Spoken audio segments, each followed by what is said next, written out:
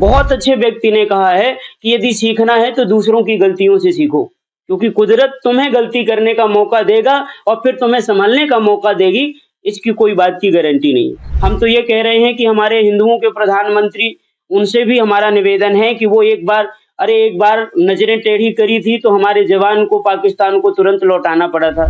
तो भाई कहाँ सोए हो प्रधानमंत्री जी, आप भी थोड़ा-सा ज़ोर लगाओ ताकि हमारी उन हिंदुओं भाइयों की रक्षा हो। अच्छाइयों में अगर ध्यान रखा जाए तो हमारे देश में जो मुस्लिम थे, वो सदैव से ईमानदार थे, वो सदैव से दूसरों का सम्मान करने वाले थे। बात यहाँ पे मुस्लिमों की नहीं हो रही, बात यहाँ पे उन मुगलों की संतानों की हो रही है जो भारत देश को लूटने आए थे।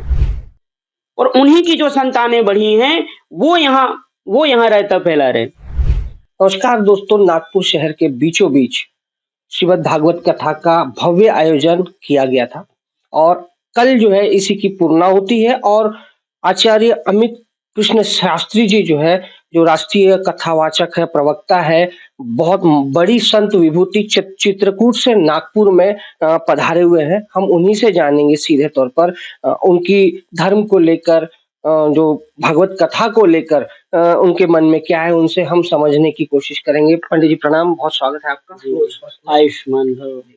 पंडित जी, भागवत जो है जीवन में कितना बदलाव लाती है जी।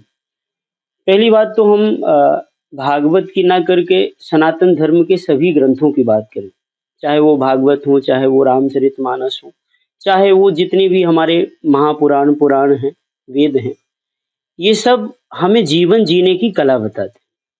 जैसे आपने कहा, हमारे जो धार्मिक अनुष्ठान है या हमारा सनातन धर्म ही हमारी जीवन शैली का नाम है धर्म। हम कैसे जीवन शैली अपनाएं, कौन सी जीवन शैली अपनाएं जिसके तहत हम मनुष्य में तो जन्म लेकर के माता पिता के द्वारा मनुष्य बन गए, लेकिन मनुष्यता कैसे आए, ये सबसे बड़ा सवाल है।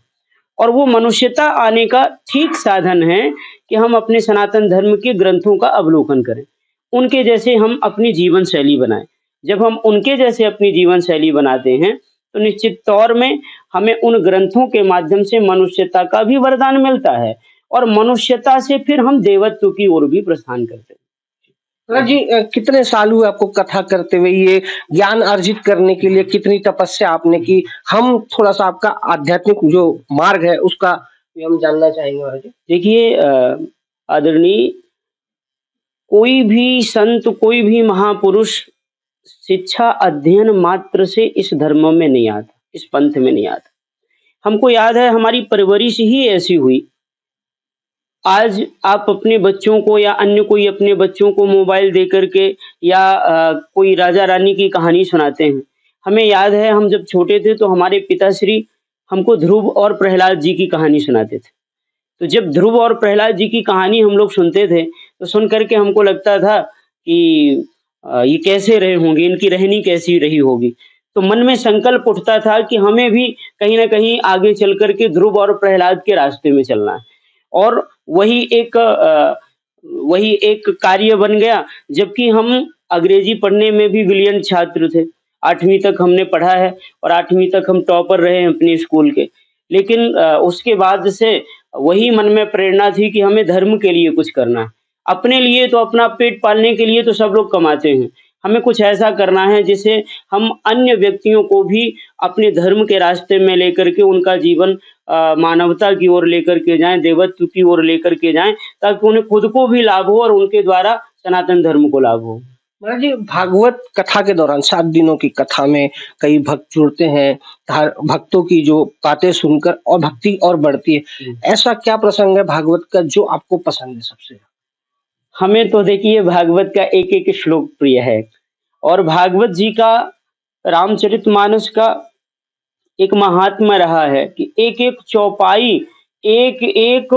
चौपाई की पंक्ति भी मनुष्य जीवन को बदलने में सामर्थ्य रखती है। भागवत जी का प्रत्येक श्लोक आपके जीवन को सुसज्जित करने का एक प्रभाव रखता है। और इसलिए भागवत जी में ये कहना कि कौन सी कथा अच्छी लगती है, पर यदि हम अपनी तरफ से एक बात घुसेड़ें और आप उसको महिमा उसकी कम ना समझिएगा, प्रत्येक कथा महत्वपूर्ण है, पर हमको जो कथा भाती है, तो हमको ध्रुव जी की कथा, प्रहलाद जी की कथा और इन भक्तों का चरित्र, भगवान के चरित्र की तो महिमा है ही, पर जो भगवान के भक्तों का चरित्र है, वो हम सब लोगों का बड़ा मार्गदर्शन करता है। किस मार्ग में चल के ध्रुव जी ने और किस मार्ग में चल कर के क्या ऐसा प्रहलाद जी ने किया कि प्रहलाद जी जैसी रहनी तो हम लोगों की है ही नहीं, जितना कष्ट उनको मिला है। एक ऐसे व्यक्ति के घर में उन्होंने जन्म लिया था जो भगवान का सबसे बड़ा द्रोही है। पर उस जगह भी रह करके उन्होंने क्या ऐसी करनी करी कि भगवान की गोद के अधिकारी हो गए। और ये सुनकर के प्रायः श्रोताओं का मन इस धर्म मार्ग में लगता है और धर्म के लिए भगवान की कथाओं से हमें शिक्षा मिलती है, मनोरंजन मिलता है। भगवान की कथाएं सुनकर के आनंद आता है, ह्लाद आता है, पर भक्तों का चरित्र सुनकर के हमारा जीवन परिवर्तित होता है। राजी, जैसे आपने बताया, आपने उदाहरण दिया कि जो प्रहलाद जी थे और जो रावण के भाई थे विभीषण जी, वो भी विपरीत परिस्थितियों में रहते थे। इन दिनों जो है बांग्लादेश में काफी दिक्कतों का सामना कर रहा है हिंदू समाज।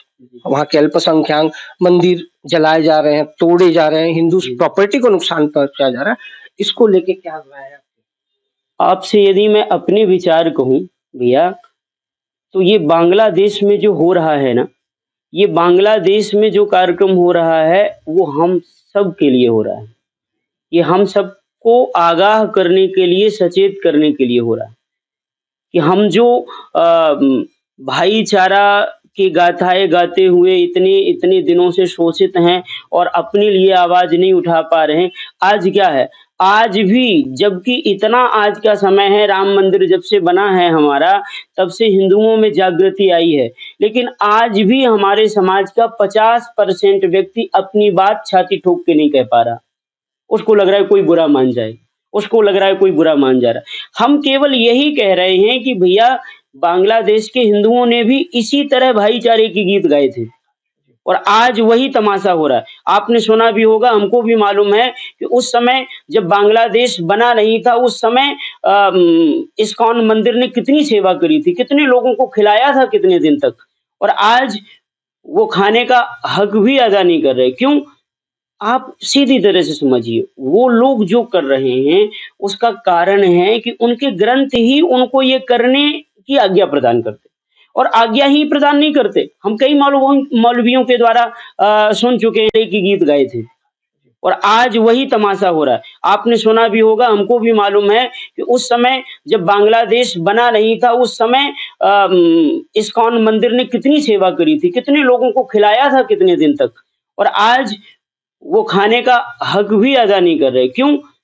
आप सीधी तरह से समझिए, वो लोग जो कर रहे हैं उसका कारण है कि उनके ग्रंथ ही उनको ये करने की आज्ञा प्रदान करते, और आज्ञा ही प्रदान नहीं करते। हम कई मौलवियों के द्वारा सुन चुके हैं कि ये काफिर हैं, इनको मारो तो तुम्हें जन्नत मिलेगी। तो जिस धर्म में इस प्रकार की बातें सिखाई जा रही हैं कि काफिरों को मारने से जन्नत मिलेगी, उनसे भाईचारा निर्वहन करके हमें मिलेगा क्या? हम किसी धर्म की निंदा नहीं करते, हमारा सनातन धर्म तो यही कहता है सबका सम्मान करो और अपने धर्म पर अभिमान करो, पर हमें कहीं ना कहीं अपने धर्म में अभिमान करना पड़ेगा। उन हिंदुओं ने कहीं ना कहीं भाईचारे के निर्वहन करते करते उन्होंने अपने हथियार छोड़ दिए, अपने रक्षण की। आप देखिए, हमारे राम जी जंगल गए, माता कैकेयी ने वरदान मांगा था, तापस वेश विशेष उदासी, तपस्वी का भेष बना करके जाएं, लेकिन तब भी धनुष बाण साथ में लेके गए थे कि भगवान श्री कृष्ण मुरली बजाते हैं लेकिन चक्र सुदर्शन भी हाथ में रखते हैं। तो हमें हमारे देवताओं से सीखना पड़ेगा। हमारे मंदिर में जाते हैं आप, कोई भी देवता आपको खाली हाथ मिलता है क्या? हनुमान जी के पास सदैव गदा रहती, भोले बाबा सदैव त्रिशूल लेकर के रहते हैं। तो हमें सीखना पड़ेगा, हमें शास्त्र और शस्त्र दोनों का सम्मान करना पड़ेगा। हम अपने आत्मरक्षण के, हम अपने बच्चों को इंजीनियर बना रहे हैं, डॉक्टर बना रहे हैं, और वो अपने बच्चों को आतंकवादी बना रहे हैं। हम इंजीनियर डॉक्टर बना करके, हमें पढ़ाना चाहिए, शिक्षित करना चाहिए, ये बात सत्य है, वो करना ही चाहिए, लेकिन जब तक हम उन्हें आत्मरक्षा के उपाय नहीं बताएंगे तब तक होगा क्या? जो बांग्लादेश में हो रहा है वही कल भारत में होना। बस इसी का बिगुल बजाने, हिंदुओं को जगाने के लिए कि भाई जागो, समझो। ये जो पड़ोस, किसी बहुत अच्छे व्यक्ति ने कहा है कि यदि सीखना है तो दूसरों की गलतियों से सीखो। क्योंकि कुदरत तुम्हें गलती करने का मौका देगा और फिर तुम्हें संभलने का मौका देगी, इसकी कोई बात की गारंटी नहीं है। इसलिए हमें उनकी गलतियों से कहीं न कहीं सीखना चाहिए। हमारे पास पहले भी कश्मीर का दृश्य हम लोग देख चुके हैं, अब बांग्लादेश में हो रहा है। भाई उनके तो कई देश हैं, यदि भारतवर्ष में असंभव है, भारतवर्ष तो सहिष्णुता का देश है और हिंदू बाहुल्य है। आप देखिए हिंदू बाहुल्य जहाँ पे होता है, वहाँ मुसलमान आनंद से चैन से सोते हैं और जहाँ मुस्लिमों भाइयों की संख्या ज़्यादा होती है, वहाँ हिंदू बेचारा डर के जीता है। तो हमारे भारतवर्ष में तो आनंद है, लेकिन कदाचित यदि यहाँ से उनको जाना पड़े तो उनके लिए बहुत सारे देश हैं, पर हमारे लिए क्या है? हमको कौन शरण देगा? हिंदुओं के लिए तो केवल भारतवर्ष है, उसके अलावा कहीं कोई जगह नहीं है भारतवर्ष के अलावा रहने की। तो इसलिए ये जो आपने कहा है बांग्लादेश वाली बात, तो भैया हम सब लोगों को सावधान रहना पड़ेगा। और मैं तो ये कहता हूँ कि सबको अपने सब लोग कर ही रहे हैं। अभी नागपुर में भी एक दिन हमने देखा है मार्च निकाला गया था हिंदुओं की रक्षा के लिए। सबको अपनी स्तर से आवाज़ उठाना चाहिए और हम तो ये कह रहे हैं कि हमारे हिंदुओं के प्रधानमंत्री, उनसे भी हमारा निवेदन है कि वो एक बार नज़रें टेढ़ी करी थी तो हमारे जवान को पाकिस्तान को तुरंत लौटाना पड़ा था। तो भाई कहाँ सोए हो प्रधानमंत्री जी, आप भी थोड़ा-सा ज़ोर लगाओ ताकि हमारी उन हिंदुओं भाइयों की रक्षा हो। हिंदू राष्ट्र की संकल्पना को लेके क्या सोचते हैं हम आचार्य जी? कहीं न कहीं विवाद की भी स्थिति उठ सकती है, सभी देशों का जो है संगम है, समन्वय है देश और कहीं न कहीं एक अलग पैटर्न में हम चलते हैं, तो ऐसा कैसे संभव होगा? जो जैसे कई संत जो है अपने स्तरों से बोल रहे हैं, हिंदू राष्ट्र की संकल्पना की बात करते हैं, कैसे? देखिए, हिंदू हिंदू धर्म की और हिंदू राष्ट्र की जो बात हो रही है, तो हिंदू शब्द की आप समझें, हिंदुस्तान की परंपरा को आगे ले जाना ही हिंदू राष्ट्र है। हमारे यहाँ सर्वे भवन्तु सुखिनः की कामना है। हम लोग कभी भी अपने लिए नहीं बोलते कि हमें भगवान सुखी रखना। हम लोग ये बोलते हैं सर्वजन हिताय सर्वजन सुखाय। हम ये बोलते हैं भगवान, भारतवर्ष ही पहला राष्ट्र हुआ है जिसने छाती ठोक के ये कहा है विश्व का कल्याण हो। सब अपना कल्याण करने में लगे हैं, लेकिन हम विश्व का कल्याण करने की भावना रखते हैं। तो हिंदू धर्म का मतलब है, हिंदू राष्ट्र का मतलब है कि यहाँ सबका सम्मान है, लेकिन जिस कारण से भारतवर्ष की पहचान है, जिस सभ्यता से, जिस देवता से, जिस ग्रंथ से, जिस गौ माता से, जिस ब्राह्मण से या जिस हमारे हिंदू से पहचान है, हमारे यहाँ ब्राह्मण, क्षत्रिय, वैश्य, शूद्र ये जातियां नहीं है, ये व्यवस्थाएं हैं। ये व्यवस्थाएं हैं, ये एक सम्मान की भावना है। यहाँ आप देखिए हमारे धर्म में दूसरी बात है, घुसेड़ करके लोग हमारे यहाँ फूट डाल रहे हैं कि तुम ब्राह्मण हो, तुम क्षत्रिय, तुम वैश्य हो, शूद्र हो। ब्राह्मण के बिना विवाह नहीं हो सकता, लेकिन आप बताइए मेहंदी लगाने वाला कहार होता है, उसके बिना विवाह हो सकता है क्या? चूड़ी पहनाने वाली के बिना विवाह हो सकता है क्या? उसमें नाई भी लगता है, नाई के बिना विवाह हो सकता है क्या?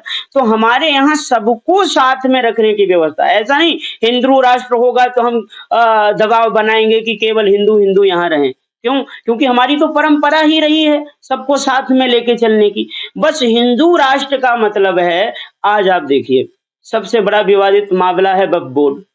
तो आप विचार करिए कि उनकी तो संपत्तियों को सहेजा जा रहा है और हमारे मंदिरों को तोड़ा जा रहा है। हमारे मंदिर जितने भी हैं सब सरकार के अंडर में हैं। उसका जितना भी चढ़ावा है, जितना भी धन है, सब सरकार ले जा रही है।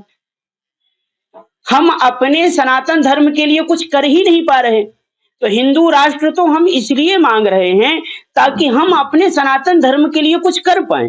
हमारी गुरुकुल परंपराओं को बंद कर दिया गया। हमारी बच्चों को केवल अंग्रेजी सिखा रहे हैं लोग बाग, और उनके बच्चों की पढ़ाई कुरान की हो रही है। हमें उनसे मतलब नहीं, लेकिन हम भी चाहते हैं कि जब हमारा हिंदू राष्ट्र हो, हमारे धार्मिक ग्रंथों को मान्यता मिले, तब हमारे भी बच्चे धार्मिक पढ़ाई करें। और सनातन धर्म के लिए कुछ कर ही नहीं पा रहे। तो हिंदू राष्ट्र तो हम इसलिए मांग रहे हैं ताकि हम अपने सनातन धर्म के लिए कुछ कर पाएं। हमारी गुरुकुल परंपराओं को बंद कर दिया गया। हमारी बच्चों को केवल अंग्रेजी सिखा रहे हैं लोग बाग, और उनके बच्चों की पढ़ाई कुरान की हो रही है। हमें उनसे मतलब नहीं, लेकिन हम भी चाहते हैं कि जब हमारा हिंदू राष्ट्र हो, हमारे धार्मिक ग्रंथों को मान्यता मिले, तब हमारे भी बच्चे धार्मिक पढ़ाई करें। और वो हमारे धर्म को जाने कि उनको होता क्या है। वो अपने इस्लाम के कट्टर बन रहे हैं। उनको ये सिखाया जा रहा है कि काफिरों को मारो तभी तुम्हारा अल्लाह प्रसन्न होगा। और हम इंजीनियर, डॉक्टर अपने लड़कों को ये बना बात रहे सब हैं। पर तो लागू नहीं होगी ना महाराज जी, मतलब पूरा मुस्लिम समुदाय ही ऐसा तो नहीं, कुछ लोग जी, कट्टरपंथी है। देखिए क्या है, उसको समझने की कोशिश करिए। इस्लाम यदि धर्म में अच्छाई नहीं होती, तो एक तरफ़ा कोई बात हम लोग भी नहीं करते। कुछ अच्छाई उसमें है, तभी तो वो पनप रहा है।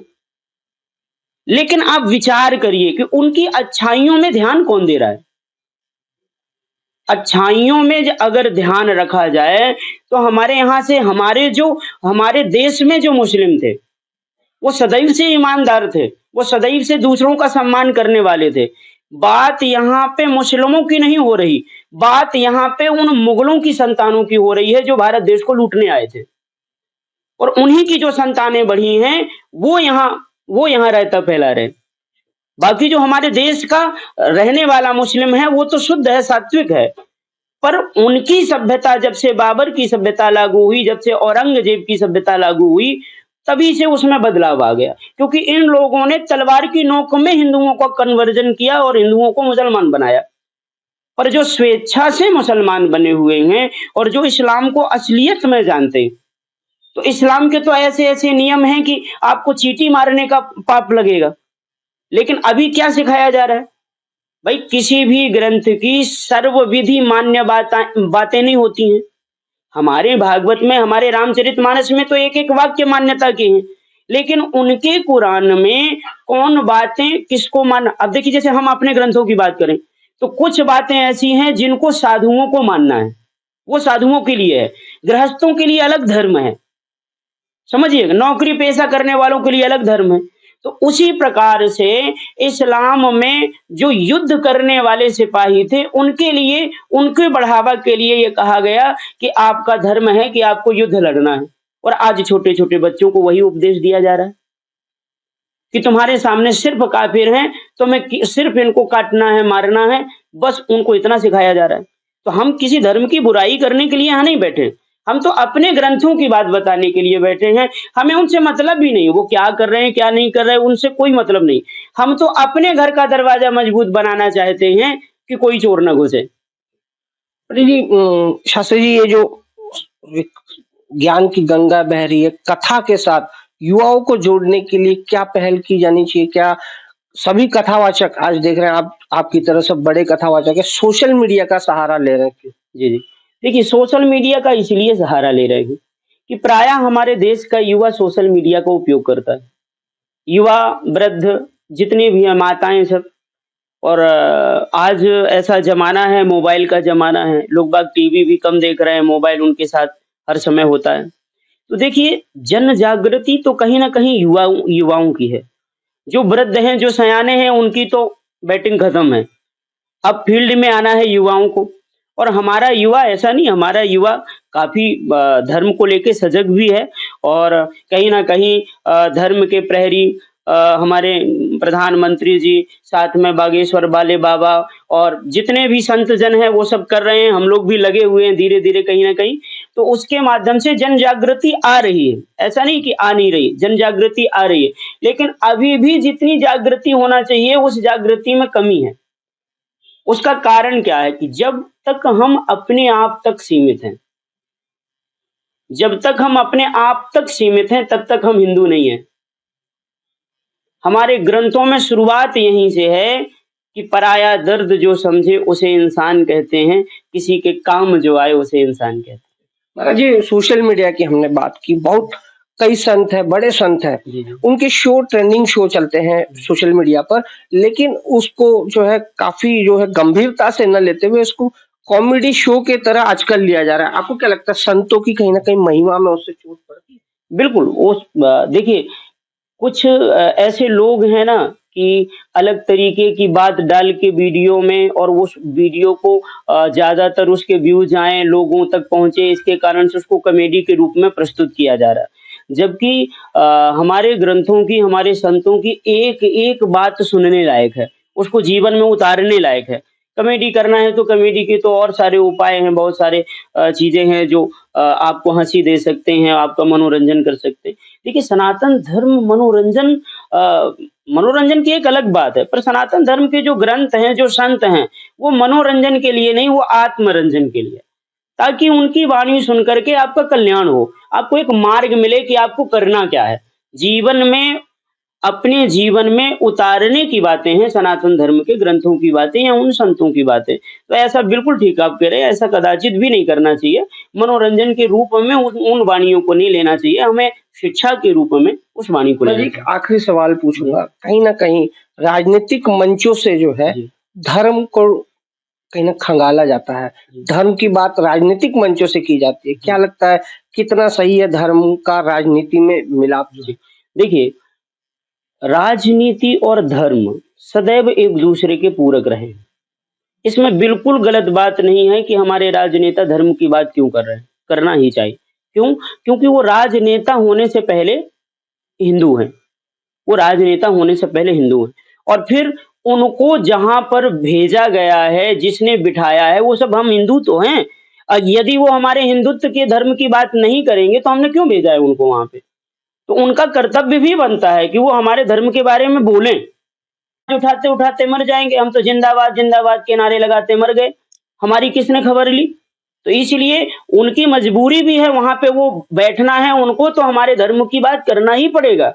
नहीं करेंगे तो उनको वहाँ से हटाया जाएगा। आज मोदी जी जो बैठे हैं, तो आप देखिए मोदी जी से पूर्व में जितने भी प्रधानमंत्री रहे या नेता रहे, मंदिरों में जाने से डरते रहे। आज जो हिंदुओं का वर्चस्व बढ़ा है या मोदी जी को चुन के भेजा गया है, वो इसीलिए ना कि हमारा प्रधानमंत्री हमारे धर्म की बात करता है। वो हमारे संतों के चरणों में झुकने से बिल्कुल परहेज़ नहीं करता है। तो आज उसीलिए तो इन नेताओं नेताओं का भी फर्ज़ बनता है क्योंकि सबसे पहले तो हम भी उसी धर्म के हैं ना। जब आपका धर्म रहेगा तभी तो आपकी राजगद्दी रहेगी। धर्म नष्ट होते ही आज आप बांग्लादेश में देखिए, क्या राजनेता हैं, किसकी बात सुनी जा रही है। राजनेता भी उन्हीं आतंकवादियों में मिल गए हैं और वो भी कहते हैं कि मारो इनको। तो धर्म सबको सुरक्षित रखता है, चाहे वो राजनेता हों, चाहे वो अभिनेता हों, चाहे फ़िल्मकार हों, चाहे वो नाचने वाले हों, चाहे गाने वाले हों, चाहे वो हमारे फौजी भाई ही क्यों ना हों। धर्म सबको रक्षण करता है, सुरक्षित करता है। आप विचार करिए एक डॉक्टर ने हमसे पूछा था, तो महाराज जी मैं नहीं मानता भगवान-वगवान, मैं नहीं मानता धर्म। तो हमने उससे एक ही बात कहा, हमने कहा देख भगवान को ना मान चलेगा, पर धर्म को तू मानता है। तो महाराज मैं नहीं मानता। तो हमने उससे केवल एक ही बात कही कि देखो धर्म को जानवर तक मानते हैं और तुम्हें मानना पड़ेगा। एक धर्म ही है जो पिता और पुत्री में अंतर मानता है।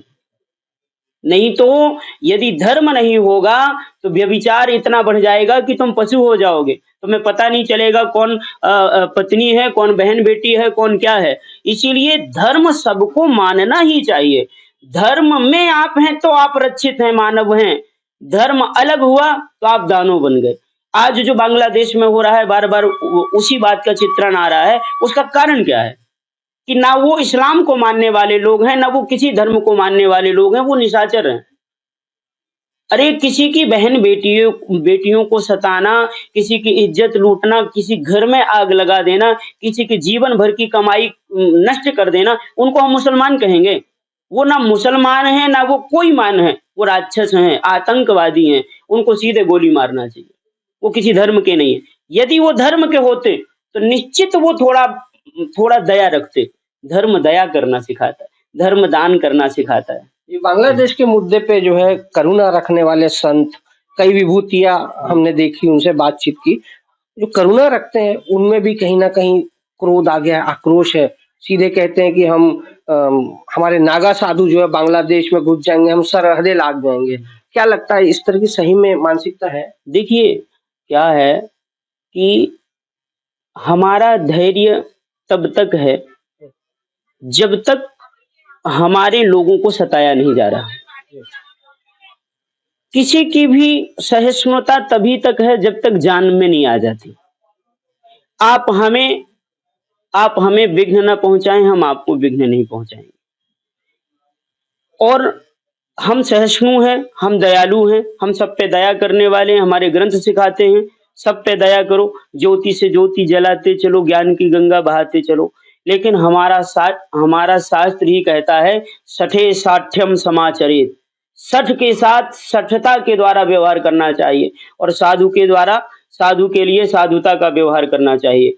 कोई हमारे धर्म पर आँच लाएगा, तो उस धर्म में आँच लाने वाले से केवल बात नहीं किया जाएगा, बात का भी प्रयोग किया जाएगा, लात का भी प्रयोग किया जाएगा और जैसे साधुओं ने ऐलान किया है भाला, बर्छा वो सब लेकर के और वो आनंद करेंगे और अपने धर्म की रक्षा करेंगे। क्यों? क्योंकि हमारे यहाँ साम भी है, दाम भी है और फिर दंड भी है। तो दंड का भी विधान है। यदि हमारी बहन बेटियों में आँच आएगी, हमारे धर्म पर आँच आएगी, तो केवल नागा साधुओं को नहीं, हम तो कहते हैं जितने भी साधु हैं और उन लोगों को डट करके मुकाबला करना चाहिए और किया भी है, कई बार किया है। गोलियां खाई हैं हम लोगों ने, हमारे संतों ने, श्री करपात्री जी ने, प्रभुदत्त ब्रह्मचारी जी ने दिल्ली के अंदर गोलियां खाई हैं गौ माता की रक्षा करने के लिए।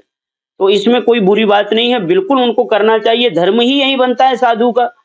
वो अपने राष्ट्र के लिए, अपने हिंदुत्व के लिए अपने शरीर को भी कुर्बान कर देता और वो तो यही कहते हैं भाई, अन्य लोगों के तो अगल-बगल रोने वाले, हमारे कौन रोने वाले, हम तो देश के काम आएँगे। अब कुंभ भी होने जा रहा है महाराज जी, तो क्या इस भावना को कहीं बलवती होगी, कहीं न कहीं और मजबूती मिलेगी? बिल्कुल, कुंभ में बराबर चर्चा होगी।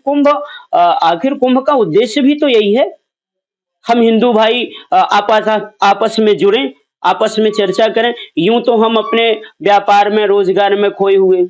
आप देखिए हमारे शंकराचार्य जी ने इसीलिए तो चारों दिशाओं में चारों धामों की रचना करी है। उसका केवल मात्र यही था। नहीं तो आप देखिए, दक्षिण में रामेश्वरम है, इतनी दूर कौन जाता? तो उत्तर भारत के जो लोग हैं वो तो जान ही नहीं पाते कि हमारा देश कहाँ तक है। तो इसीलिए उन्होंने रचना करी कि इस बहाने से एक बार तीर्थ यात्रा करना ज़रूरी है हमारे सनातन धर्म के लोगों को।